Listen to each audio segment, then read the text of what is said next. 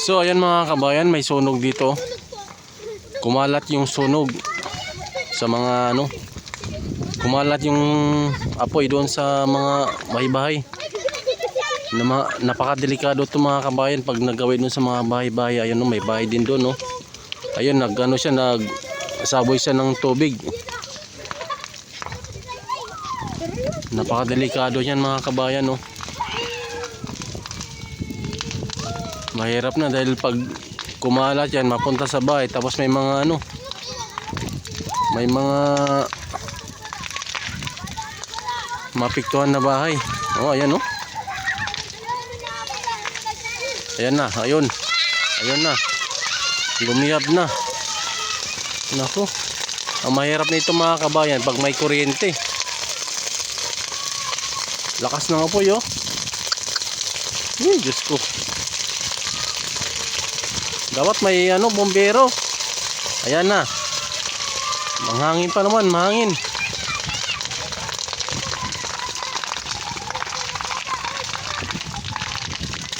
Dapat may ano yan, may bombero. Tawag kayong bombero pag kumalat yan.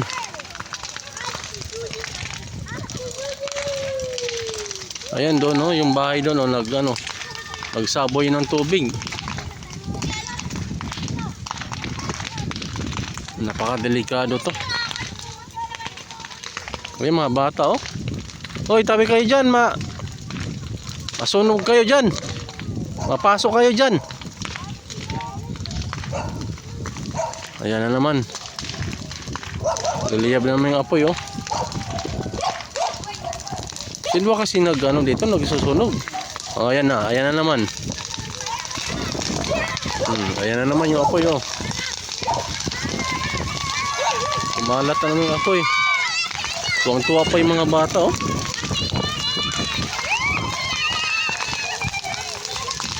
Mayroon itong kuryente, oh. Malapit lang yung kuryente dyan, oh. Tapos may mga tao doon, oh. Ayan na, ayan na. Alam naman nila na yung mga damo ngayon namamatay dahil sa malakas na ulan. Gagapang pa yan pag di na agapan niya ng ano yan, tubig. Kakalat pa yan dito, oh.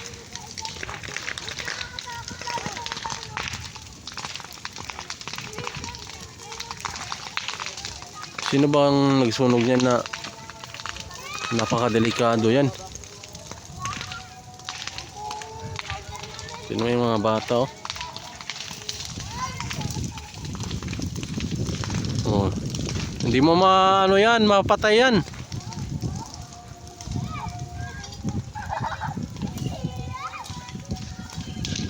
Pinatay niya yung apoy, oh. Pinapula niya doon sa ano.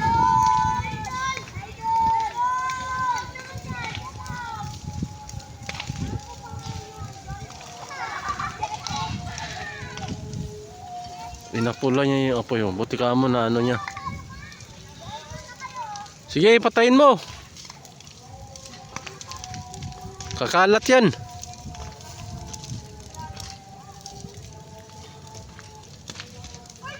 Napatay niya yung apoy dyan, oh.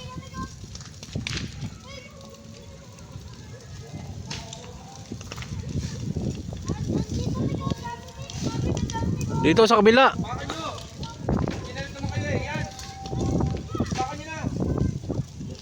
Doon banda, oh.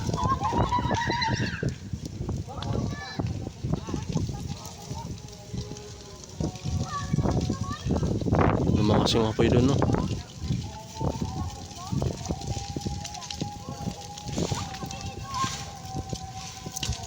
Okay, patayin mo. Ayusin nyo. Kakalat yan.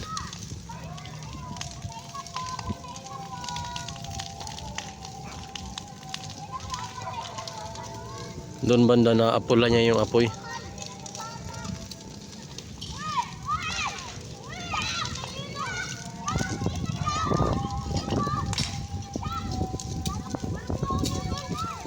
Buti may dumating si ano, Mikmik. Pero Pero banda doon, di niya mapula yun dahil malakas yung apoy doon, no?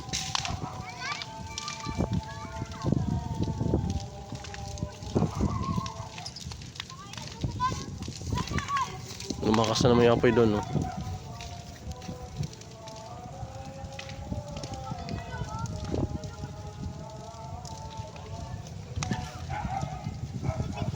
Ayan na, napula na niya. Wala na yung apoy dito. Doon na lang banda, oh.